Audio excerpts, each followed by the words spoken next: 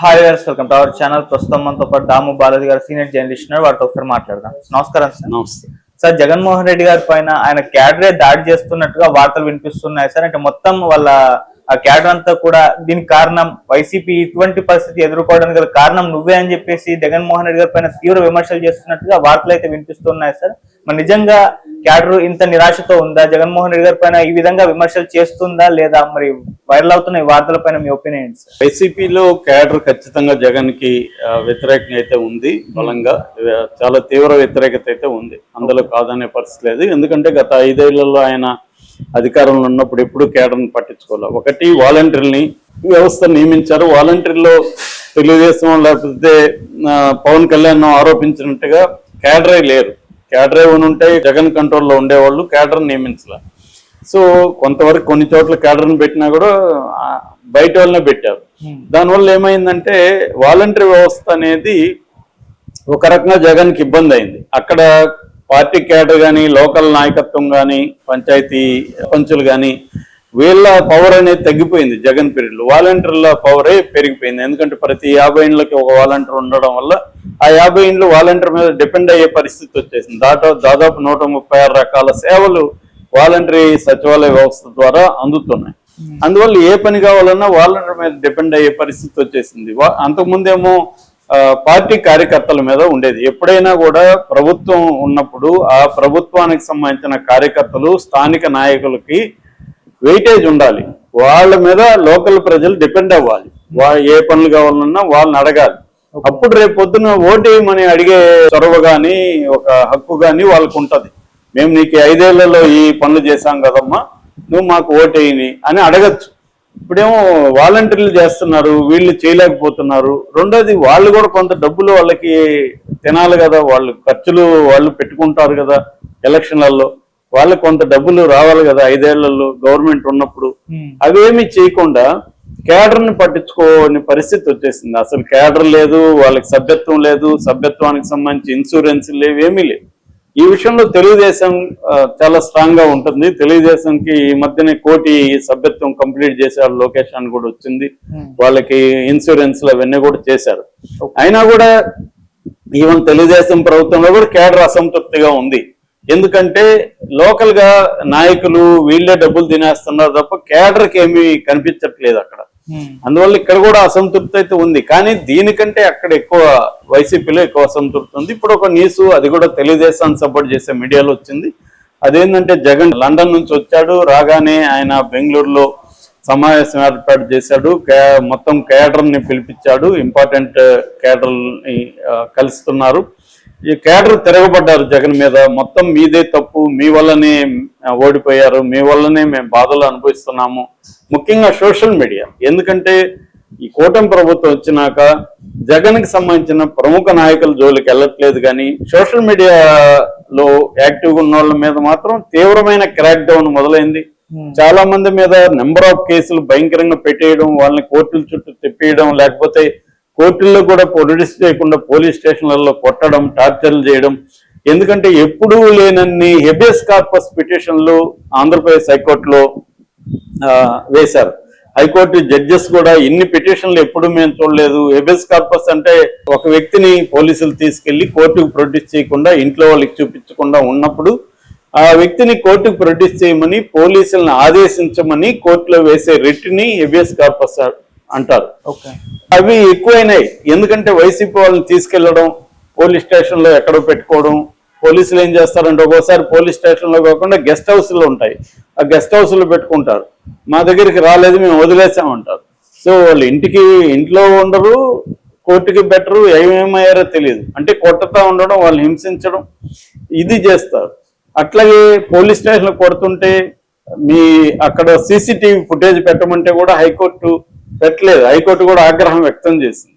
అంటే YCP social media మీద తీవ్రంగా తెలుగుదేశం కూటమి ప్రభుత్వం అటాక్ చేస్తుంది, వాళ్ళని బాగా ఇబ్బంది పెడుతుంది. గతంలో జగన్ కూడా పెట్టాడు, కానీ దాన్ని మించిపోయి వీళ్ళు పెడుతున్నారు. ఈ రెండు అయితే వాస్తవం.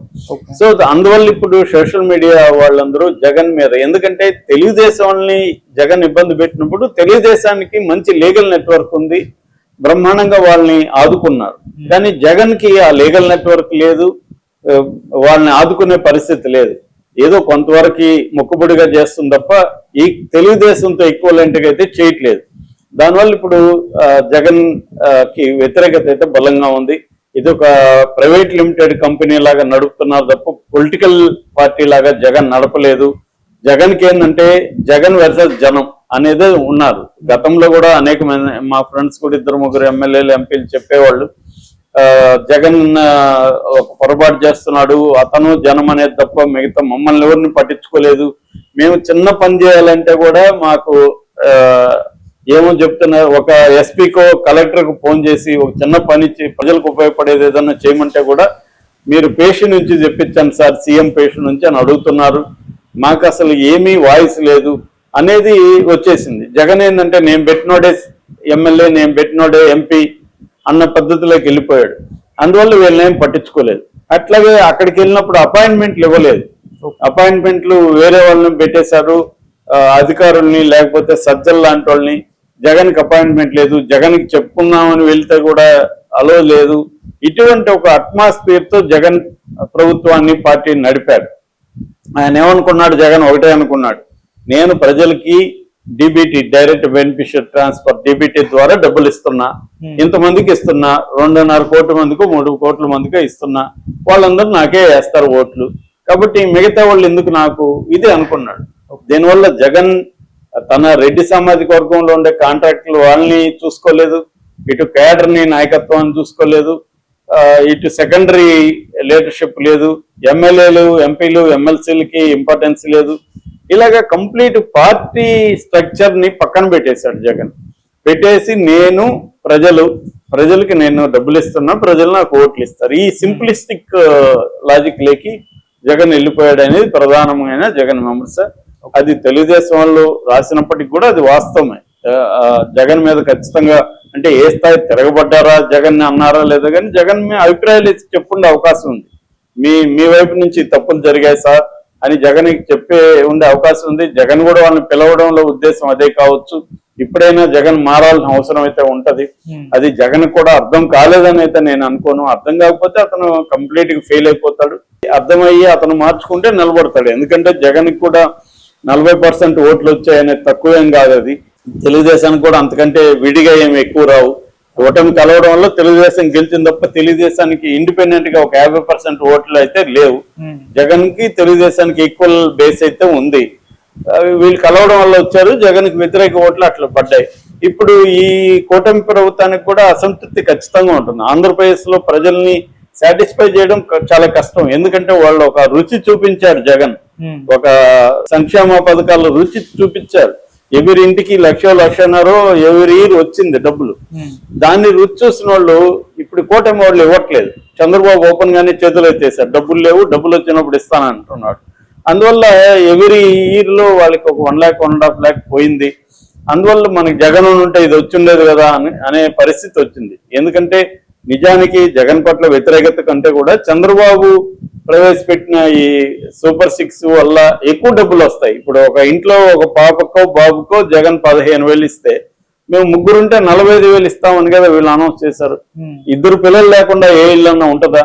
సో 2 పిల్లలు 3 పిల్లలు ఉన్నప్పుడు మనకి 30,000 45,000 వస్తాయి కదా అనేది అక్కడే తెలిసిపోతుంది. అట్లాగే పెన్షన్ పెంచాడు. అట్లాగే రైతు భరోసా 13,000 ఉంటే ఈయన 20,000 పెంచాడు. ఎవరి మహిళకు 18,000 ఉన్న మహిళకు 1,500 ఇస్తా అన్నాడు. నిరుద్యోగులకు 3,000 అన్నాడు. అసలు నోటికి వచ్చినట్టు ఇచ్చేశారు చంద్రబాబు వాడిని బ్యాచ్. సో దాని ఏమి ఇవ్వడానికి ఇప్పుడు ఖజానాలు డబ్బులు లేవు. మరి దీని వ్యతిరేకత రాదా ప్రజల్లో? అవన్నీ వస్తాయి. అవన్నీ జగన్ కి అనుకూలమైన అంశాలు ఇప్పటికి కూడా. రెండోది, మోడీ గట్టిగా ఏమి జగన్ ని కెరీర్ నాశనం చేశారని దృష్టితో మోడీ లేదు. అక్కడ కూడా జగన్ సక్సెస్. ఇప్పుడు జగన్ చూసుకోవాల్సింది ఏంటంటే పార్టీ నిర్మాణం మీద దృష్టి పెట్టాలి. పార్టీ కేడర్ కి ఎక్కడెక్కడ అన్యాయం జరిగిందో దాన్ని గుర్తించాలి, తను ఒప్పుకోవాలి. నేను ఒప్పుకుంటున్నాను, నా వైపు తప్పులు జరిగాయి అని చెప్పాలి. అట్లాగే జగన్ చుట్టూ ఉండే కోటరీని మార్చాలి.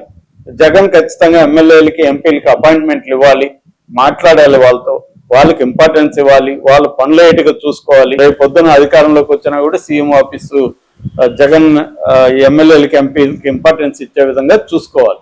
ఇవన్నీ ఇప్పుడు జగన్ తప్పనిసరిగా చూసుకుంటేనే నిలబడతాడు పొలిటికల్ లీడర్ గా, లేకపోతే నిలబడ్డాడు. ఎప్పుడైనా కూడా ఎవరైనా తప్పులు చేయకుండా ఎవరు ఉండరు. నువ్వు పని చేస్తున్నావు అంటారు, నువ్వు తప్పులు చేస్తున్నాడు. అయితే దాన్ని సమీక్షించుకొని ఎక్కడ తప్పులు జరిగాయి అనేది విమర్శ అంటారు కమ్యూనిస్ట్ పార్టీలో. అంటే కేడర్ విమర్శ పెడుతుంది, నాయకులు ఆత్మవిమర్శ కూడా చేసుకోవాలి. అది అన్ని పార్టీలకు కూడా ఇది హెల్ప్ అవుతుంది. అది జగన్ చేస్తే నిలబడతాడు, లేకపోతే లేదు. అది సోకాల్డ్ స్లోగన్ చెప్పి కాలమే దీన్ని చెప్తుంది.